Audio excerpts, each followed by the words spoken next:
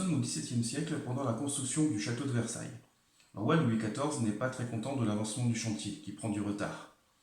Il décide donc d'embaucher un nouvel architecte jardinier pour accélérer les travaux. Les joueurs représentent donc ces architectes et ils vont devoir montrer au roi leur capacité à créer des nouveaux jardins. Le but du jeu va être de créer le jardin le plus harmonieux possible et en fonction du type de jardin réalisé, amènera un certain nombre de points de victoire. Le joueur qui aura plus de points de victoire à la fin du jeu sera le vainqueur. Chaque joueur possède une grille, un plateau quadrillé, sur lequel il va pouvoir construire son jardin.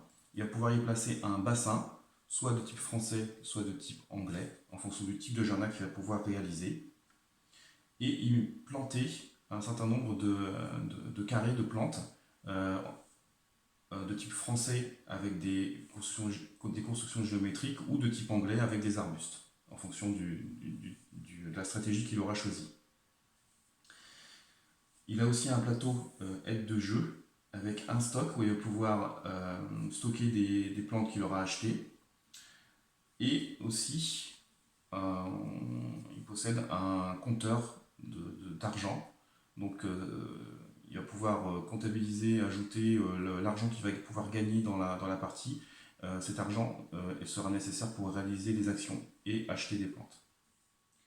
Chaque joueur a également un objectif personnel caché qui lui permettra de gagner des points supplémentaires. Et il y a également 2 objectifs visibles pour tous les joueurs en début de partie, ce qui va définir donc certaines stratégies. Le jeu se déroule en plusieurs manches. Au début d'une manche, le premier joueur va d'abord lancer les dés noirs, qui correspondent aux dés de ressources.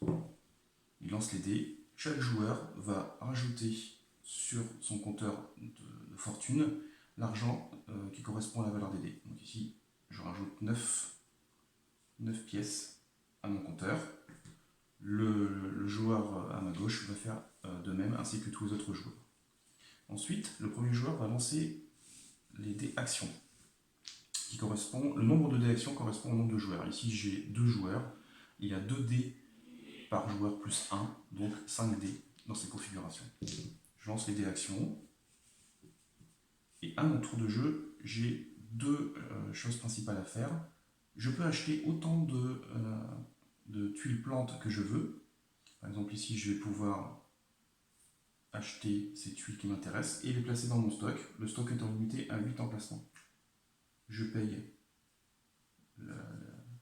en fonction du prix, donc je dépense l'argent nécessaire et je remplace directement les tuiles qui ont été achetées. À mon tour, je choisis également un dé parmi ceux restants. Donc je peux choisir un dé, j'applique l'action.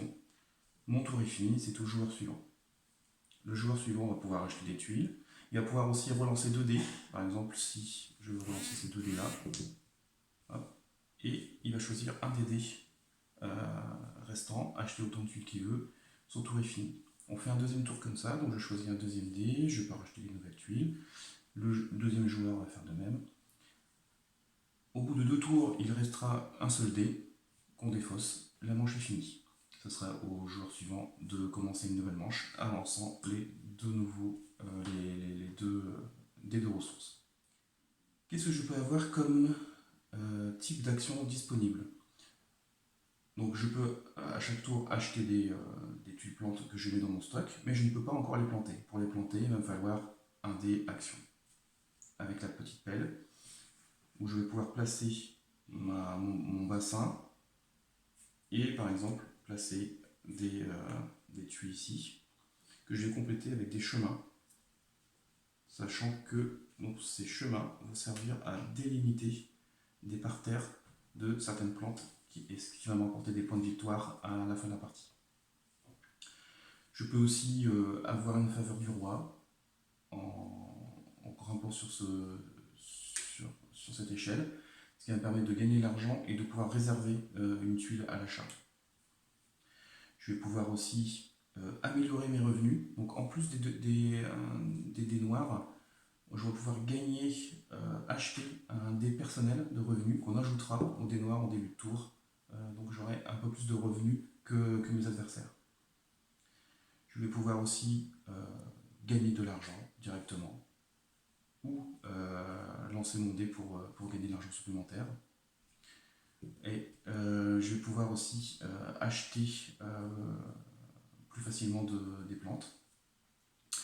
La dernière action en particulière pour le désherbant. Donc quand je tombe sur une phase désherbant, ou alors je peux activer ce dé-là, je gagne des petites bouteilles de désherbant que je peux utiliser de différentes manières.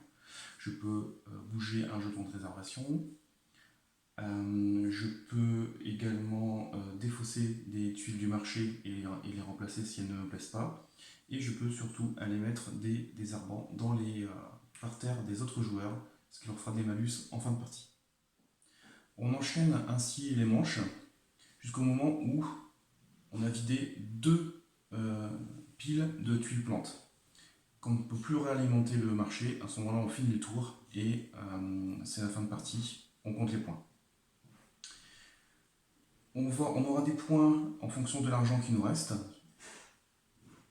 des points également avec les objectifs personnels ainsi que ceux visibles, qui sont valables donc pour tous les joueurs. Et ensuite on va avoir des points en fonction de notre jardin. Plus le jardin sera harmonieux, plus on aura de points. Comment ça se passe exactement? Je vais faire un exemple ici sur un parterre qui sera deux parterres de différents types. C'est tout à fait possible de mélanger les deux types de plantes. Si j'ai un parterre comme ça, qui n'est pas complété, chaque plante vaudra un point. Si le parterre est complété et qu'il est fermé par des chemins, par exemple comme ça, mais qu'on a des plantes différentes, chaque plante vaudra 2 points. Troisième configuration, si on a un parterre complété, fermé, avec le même type de plante, chaque plante vaudra 3 points. Quand on a fait le décompte de nos plantes, on retire 1 point par chemin qui est présent sur le plateau et 2 points par jeton désherbant encore présent sur son plateau. On fait la somme des points et le gagnant est celui qui a le plus de points de victoire. J'espère que ça vous a plu.